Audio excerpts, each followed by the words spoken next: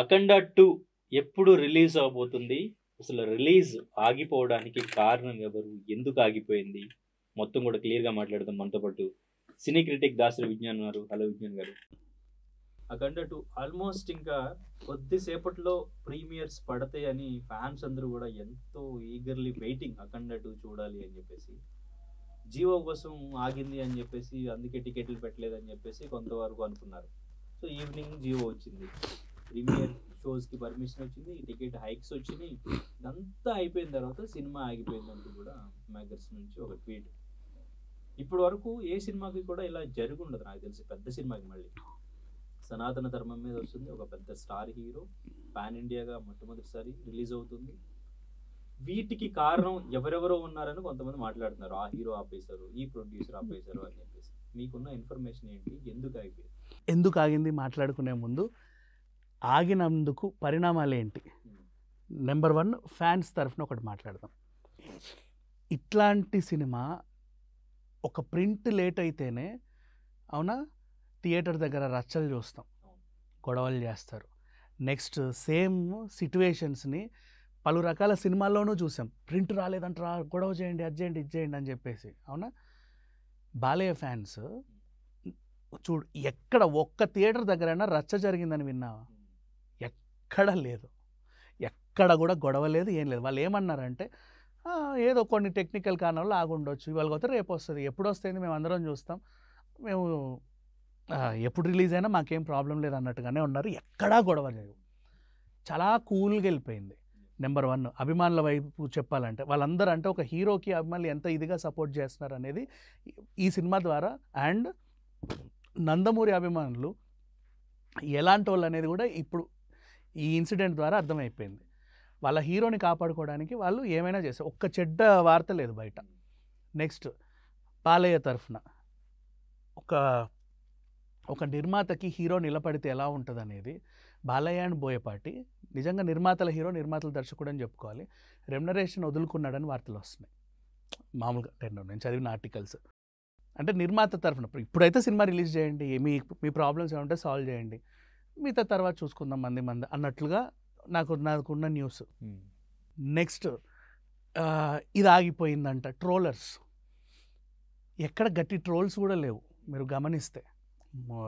Memes troll హి అని వెకిలి చేసేలా ట్రోల్స్, మంచి పని అయింది, ఇట్లాగే కావాలి, ఇది అది ఏమీ లేవు. ఒకటే న్యూస్, అఖండ వాయిదా పడిందంట, వాయిదా పడింది.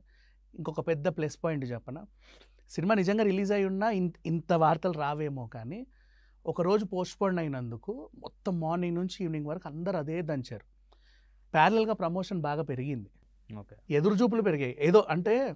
ఏదో వచ్చిందంట అనే దాని మీద కంటే క్యూరియాసిటీ, అదేదో రావాల్సింది రాలేదంట అనే దాని మీదకి ఎక్కువ కళ్ళు పోతాయి. ఖచ్చితంగా రావాల్సింది రాలేదంట, అవునా మరి ఎప్పుడు వస్తుందంట అని అడుగుతారు.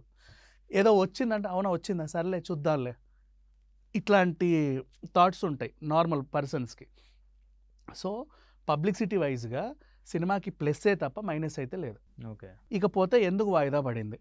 ఈరోజు ఇంటర్నేషనల్ వాళ్ళు మద్రాస్ హైకోర్టులో మాకు 28 కోట్లు రావాలి, వాళ్ళు 14 రీల్స్ ఎంటర్టైన్మెంట్స్ ఉన్నప్పుడు మాకు రావాలి. ఇప్పుడు 14 రీల్స్ ప్లస్ LLPగా రిజిస్టర్ చేసుకొని ఈ సినిమా రిలీజ్ చేస్తున్నారు. వీళ్ళే వాళ్ళు, వాళ్ళే వీళ్ళు, కాబట్టి మాకు ఖచ్చితంగా రావాలని వాళ్ళు కొంచెం గట్టిగా వాదనలు వినిపిస్తే కోర్టు స్టే విధించింది. అంతే. ప్రతి సినిమాకి టెక్నికల్ వైజ్గానో లేకపోతే కొంచెం గ్రాఫిక్స్ లేట్ అయ్యో, అవుట్పుట్లో కొంచెం ఏమైనా ఉండో, ప్యాచ్ వర్క్లు అవ్వకనో, లేదా ఇట్లాంటి నిర్మాతకున్న ఫైనాన్స్ కష్టాల వల్ల అప్పుడప్పుడు వాయిదాలు పడుతూ ఉంటాయి. సో ఇట్లాంటి ఇంత పెద్ద సిట్యువేషన్ని రెగ్యులర్ జరిగేదే కదా, ఏముందిలే ఓ రోజు మంచి రోజు చూసుకొని వస్తుంది అన్నంత పాజిటివ్గా మొత్తం ప్రపంచం అంతా తీసుకుంది. అది చాలా మెచ్చుకోదగ్గ విషయం. నెక్స్ట్ ఇంకొకటి, హిందీలో దురంధర్ సినిమా వస్తుంది. అది చాలా అంచనాల మీద వస్తుంది, భారీ బడ్జెట్. రణ్వీర్ సింగ్కి కూడా బాగా ఇంపార్టెంట్ మూవీ, అంటే ఆఫ్టర్ లాంగ్ టైమ్ తనకు ఒక మంచి హిట్ కావాల్సిన అవసరం కూడా ఉంది. ఆల్రెడీ జవాను, పఠాన్లు ఇవన్నీ హిట్ అయినందుకు షారూఖ్ ఖాన్ వీళ్ళంతా బాగానే ఉన్నారు, అక్షయ్ కుమార్ బాగానే ఉన్నారు, అందరూ బాగానే ఉన్నారు. రణబీర్ కపూర్కి, రణ్వీర్ సింగ్కి మంచి హిట్ కావాలి. మొన్న అబ్బాయి కూడా వచ్చి ఏదో రకంగా మెప్పించాడు, కానీ ఇతనికి మంచి హిట్. పద్మావత్ తర్వాత after long time Bajirao Mastani తర్వాత మంచి ఆ రేంజ్ హిట్ లేదు. ఇప్పుడు దానికోసం ఎదురు చూస్తూ ఉన్నాడు. కానీ బాలీవుడ్లో ఆయన భయపడ్డాడు, అబ్బో అదేదో వస్తుందంట అని. బికాజ్ బాలయ్య బాలీవుడ్లో కూడా నిజంగా చెప్పాలంటే అది స్ట్రేట్ రిలీజ్ లానే అనుకోవాలి. ఎందుకంటే ఓన్ డబ్బింగ్ చెప్పాడు హిందీలో కూడా. హిందీ డబ్బు తన వాయిసే ఉంటుంది హిందీలో కూడా. సో అది ఇంచుమించు ఇప్పుడు మనకి ఇప్పుడు తమిళ హీరోల సినిమాలు మనకి ఇటు అటు వస్తే మన సినిమాలాగా ఎలా చూస్తాం, హిందీలో ఆ ఫ్లేవర్ లేకుండా చూడొచ్చు. ఇప్పుడు మనం గతంలో చాలా డబ్బు సినిమాలు చూసాం, RRR, పుష్ప లాంటివి వేసినా ఏవేవో గొంతులు ఉండేవి. కానీ ఇక్కడ ఓన్ వాయిస్ ఇచ్చాడు, అదొక ప్లస్. అండ్ హిందీ వాళ్ళు బాగా ఎదురు చూశారు నిజంగా, ధర్మ ప్రొడక్షన్స్ కానీ వాళ్ళు కానీ వీళ్ళు కానీ, అరే రిలీజ్ అవుతుందంటే ఏదో అవుతుంది. ఎందుకంటే కార్తికేయ అనే సినిమా హిందీ ఇండస్ట్రీని ఒక్కసారి షేక్ చేసింది ఒకప్పుడు. ఏం లేవు థియేటర్లో సినిమాలు, బాయ్కాట్ ట్రెండ్ నడిచినప్పుడు. అప్పుడు మన దగ్గర అప్పుడే సీతారామం అండ్ బింబిసార రిలీజ్ అయ్యి థియేటర్స్ ఫుల్ అయ్యాయి. ఇక్కడ కార్తికేయ ప్రింట్ని తీసుకెళ్ళి అక్కడ వేశారు ఒక సరదాగా 3 ప్రింట్లు, అవి కాస్త 3000 4000 అయ్యాయి. వాళ్ళకి అర్థమైంది, ఓహో డివోషనల్ టచ్ ఉంటే మనోళ్ళు బాగా చూస్తారు, దేవుడు కానీ దయ్యం కానీ ఏదో ఒకటి ఉండాలి. అట్లా బూల్బులయ్య, స్త్రీ ఇవన్నీ హిట్ అవుతా వచ్చాయి, ముంజియా ఇవన్నీ హిట్. సో వీటి మీద ఇంట్రెస్ట్ పెరిగింది. ఆ టైపు సినిమాలన్నీ ఎక్కువ సౌత్లో వస్తున్నాయి. సో ఒక ప్రింట్ అక్కడ పడేస్తున్నారు సరదాగా, మంచిగా ఆడుతున్నాయి, డీసెంట్ కలెక్షన్స్ వస్తున్నాయి. తర్వాత హనుమాన్, మిరాయి ఇవన్నీ చూశారు. ఇప్పుడు బాలయ్య సినిమాలో కూడా ఏదో ఉందంట డివోషనల్ టచ్, కాంతారాన్ని కూడా యాక్సెప్ట్ చేశారుగా, ఉందంట అన్నీ ఆయనే ఓన్ వాయిస్ ఇచ్చాడు, సౌత్లో పెద్ద స్టారు. ఇవన్నీ తెలిసిన తర్వాత హిందీ ఇండస్ట్రీలో కూడా డీసెంట్గానే థియేటర్స్ బ్లాక్ చేసుకున్నారు. ఓవర్సీస్లో కూడా అంతే, అదే రెస్పాన్స్ ఉంది. బట్ సడన్గా ఏదో అయ్యింది, ఎవ్వరు ఏమనుకోరు. ఇప్పుడు పుష్ప ఉంది, ఎన్నిసార్లు వాయిదా పడి ఎన్ని కోట్లు వసూలు చేసింది, బోలెడని వాయిదాలు తెలుసా. పుష్ప 2 లాస్ట్కి ఏదో అది కూడా డిసెంబర్లోనే ఎప్పుడు వచ్చింది ఒక టైంకి. ఆ తర్వాత 20 నిమిషాలు యాడ్ చేసి మళ్ళీ రిలీజ్ చేస్తే మళ్ళీ హిట్, 4 గంటల సినిమా. ఈరోజు కూడా మళ్ళీ కన్నార్పకుండా చూస్తారు అందరూ. అట్లాగే సేమ్ రేపటి రోజు అఖండకు కూడా అది ప్లస్సే అవుతుంది తప్ప ఏం మైనస్ అవ్వదు. Okay right. కానీ ఇక్కడ ఫైనల్ స్టేజ్ వరకు, ఇంకా లాస్ట్ మినిట్ వరకు రిలీజ్, లాస్ట్ మినిట్ వరకు రావడం, ఎగ్జిబిటర్స్, డిస్ట్రిబ్యూటర్స్ అందరూ కూడా అటు ప్రొడ్యూసర్స్కి అమౌంట్ ఇచ్చేయడం, సో వాళ్ళకి ఇది చాలా నష్టం అని చెప్పేసి. ఎందుకంటే ఇప్పుడు ఎప్పుడు రిలీజ్ అవుతుందో తెలీదు, December 25th రిలీజ్ అవుతుందంటూ కూడా కొంచెం వార్తలు వస్తున్నాయి.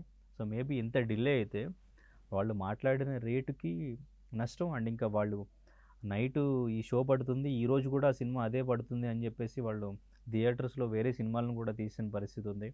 సో వాళ్ళందరికీ కూడా నష్టం వచ్చే పరిస్థితి ఉంది. కాబట్టి వాళ్ళందరూ ప్రొడ్యూసర్స్ దగ్గరికి వచ్చి మళ్ళీ ఒక ధర్నా లాంటిది చేసే అవకాశం కనిపిస్తుందని కూడా కొంతమంది మాట్లాడుతున్నారు.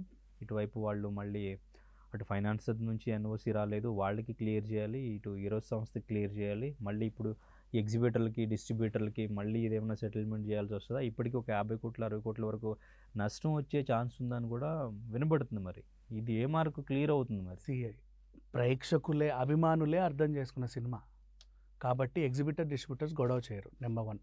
నెంబర్ 2, ఎగ్జిబిటర్లు, డిస్ట్రిబ్యూటర్లు బాలయ్య సినిమా అనగానే కళ్ళు మూసుకొని కొంటారు. ఎందుకంటే ఖచ్చితంగా ఏది గోడల మీద గుట్కాల ఊంచే థియేటర్లు ఉంటాయి చూడు, మాస్తే అవి కూడా ఫుల్ అయిపోతాయి ఎప్పటికో. కానీ అట్లా బ్లైండ్ కొనేస్తారు, అదేం పెద్ద. హరిహర వీరమల్లికి కూడా ఇలాగే జరిగితే లాస్ట్ మినిట్లో అటు ఆయన ఇన్వాల్వ్ అయ్యి పవన్ కళ్యాణ్ గారు సినిమాని రిలీజ్ చేయించారు అని చెప్పేసి విన్నాం. అప్పుడు సో ఇక్కడ ఎందుకు ఇప్పుడు ఫైనల్ స్టేజ్ వరకు వచ్చినప్పుడు మేకర్స్ కానీ, లేదంటే అటు బాలయ్య బాబు కానీ, లేదంటే ఇటు బోయపాటి కానీ, ప్రొడ్యూసర్స్ కూడా వాళ్ళే ఉన్నారు. ఎంత పెద్ద స్టార్ హీరోని పెట్టుకున్నా ఇవాళ రేపు డిస్ట్రిబ్యూటర్లు ఒకసారి ఆలోచిస్తున్నారు, కొందామా వద్దా, బాగుపడతామా. రిలీజ్ ఆగిపోతే ఎందుకు వాళ్ళు, కానీ బాలయ్య సినిమాగా గొడవలు తెలియలేదంటారా? బాలయ్య సినిమాగా గొడవలు ఉండవు అబ్బా. ఏ హీరో, స్టార్ హీరో సినిమా తీసుకున్నా ప్రతి ఒక్కడు ఆలోచిస్తాడు, కొంటే మేము బాగుపడతామా లేదా అని భయం, లాస్ట్ దాకా అమ్మో ఏందో అని. బాలయ్య సినిమాకి ఆ ప్రాబ్లం ఉండదు. ఖచ్చితంగా బాగున్నా బాలేకున్నా చూస్తారు. బాలయ్య సినిమా అయినా కదా, రవితేజ సినిమా అయినా అంతే, బాగున్నా బాగున్నా చూపు అయితే చూసిపోతూ ఉంటారు. అది ఆ ప్రాబ్లం అయితే లేదు. రోడ్ల మీదకి వచ్చి వీళ్ళు అసలు గొడవలు చేయరు, ఎందుకంటే వాళ్ళందరూ అర్థం చేసుకున్నారు సిచ్యువేషన్ని, ఏదో చిన్న విషయం. అండ్ లాస్ట్ మూమెంట్లో ఇక ఫైనాన్షియల్ ప్రాబ్లమ్స్ అంటావా, నీకు ఒక చిన్న ఎగ్జాంపుల్ చెప్తా చూడు. ఇప్పుడు మన ఇద్దరం కలిసి ఒక ఈవెంట్ చేసాం హైటెక్స్లో, ₹1,00,00,000 వచ్చాయి. తాకట్లో బంగారం ఉంది, ₹1,00,00,000 అక్కడ ఇవ్వాలి. ఆ బంగారం తాకట్లో ఉండడం వల్ల, నువ్వు వడ్డీ కట్టకపోవడం వల్ల కొంచెం నీకు సిబిల్ తగ్గుతూ ఉంది. ఇప్పుడు ఈ ₹1,00,00,000 నువ్వు ఈయనకి ఇవ్వాలి, ఎవరికైతే నువ్వు తెచ్చుకున్నావు వాళ్ళకి ఇవ్వాలి. ఏం చేస్తావు, అటు పెట్టి తీసుకొని మళ్ళీ నీ డబ్బులు నీకు వచ్చేస్తే నీ బంగారం నీకు వస్తుంది. అది తీసుకొచ్చి ఇటు ఇవ్వచ్చు అని ఒక రొటేషన్ ప్లాన్ చేసుకుంటారు ఎవరైనా సరే. కొంచెం ఫైనాన్షియల్గా కోట్లు డీల్ చేసేవాళ్ళు ఒక రొటేషన్ ప్లాన్ చేసుకుంటారు. సమ్ టైమ్స్ రేర్ సిచ్యువేషన్లో అది కూడా 2 days 3 days గ్యాపే ఉంటుంది. కానీ ఈ టైంలో ఏంటంటే వీడు వచ్చి మేడం మీద కత్తి పెట్టి నో నాకు ఇప్పుడే కావాలి అంటే ఏం చేయలేని పరిస్థితి. అట్లా ఏమన్నా మేబీ వాళ్ళు ఏమన్నా రొటేషన్ ప్లాన్ చేసుకుంటే అది ఆగిపోయిందేమో తెలియదు. బట్ ఇస్తున్నారు, ఇవ్వకుండా అయితే already he is in profit because అందరూ డబ్బులు ఇచ్చేసారు. సినిమాని అనుకున్న దానికంటే ఎక్కువకే ఆల్రెడీ ఇప్పుడు 150 కోట్ల బడ్జెట్ అయితే 200 కోట్ల వరకు బిజినెస్ జరిగింది అంటున్నారు.